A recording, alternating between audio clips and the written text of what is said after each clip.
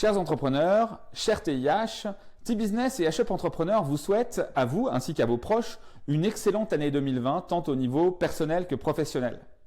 En ce début d'année, nous voulions revenir vers vous pour vous livrer nos conseils pour 2020 au regard de l'évolution de la législation sur la sous-traitance handicap. La réforme récemment passée apporte des évolutions pour les travailleurs indépendants handicapés qui sont pour certaines positives et pour d'autres moins positives. Dans l'ensemble, les entreprises pourront continuer de bénéficier davantage en recourant au service des travailleurs indépendants handicapés, et ce, d'autant plus que dans l'ensemble, ces entreprises utilisaient l'avantage un petit peu moins que le maximum autorisé. Pour mémoire, l'avantage équivaut à une réduction d'environ 30% sur les coûts de main-d'œuvre handicap dans les factures que vous êtes susceptibles d'émettre. Nous reviendrons plus en détail sur ces modalités de calcul et vous trouverez les détails notamment sur nos sites internet de T-Business et HUP Entrepreneur. Vous pouvez aussi consulter la vidéo de l'AGFIP sur l'impact de la réforme et la sous-traitance. C'est une vidéo qui est facile à trouver sur vos moteurs de recherche favoris et nous allons publier le lien sur tbusiness.fr dans la section « Que dit la loi ». Maintenant, nous allons donc aborder les 3 points qui nous semblent être les plus importants pour vous dans cette réforme.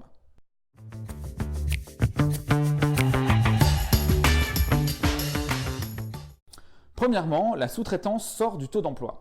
Donc l'impact principal est pour les entreprises et notamment les missions handicap qui pouvaient auparavant communiquer sur un taux d'emploi agrégé avec taux d'emploi direct, taux d'emploi indirect et le comparer au fameux taux cible de 6%.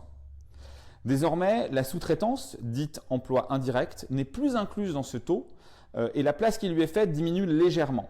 Sans rentrer trop en détail, cette petite diminution ne devrait impacter que les achats d'entreprises qui utilisaient pleinement leur quota de sous-traitance handicap, à savoir 3 points sur les 6%.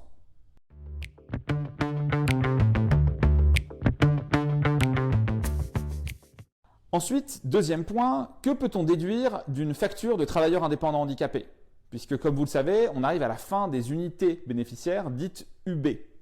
Pour les TIH, en fait, ça ne change quasiment pas les calculs et cela les simplifie même un petit peu.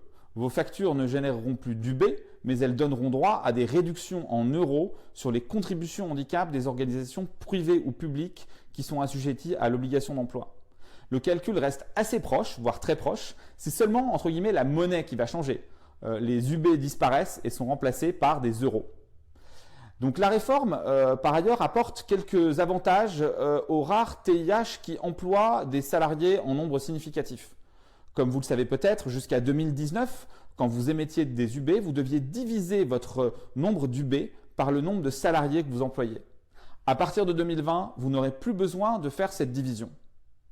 Et enfin, dernier point, les pouvoirs publics envisagent de publier un modèle d'attestation de travail EA, ESAT, TIH, l'équivalent des anciens certificats d'UB, pour lesquels il n'y avait pas de modèle.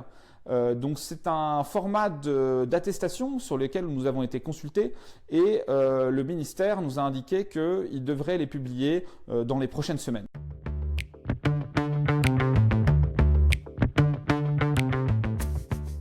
Enfin, troisième point, nouveauté positive, à compter du 1er janvier 2020 dernier, les travailleurs indépendants handicapés pourront opérer en portage salarial tout en permettant à leurs clients de réduire leurs contributions handicap.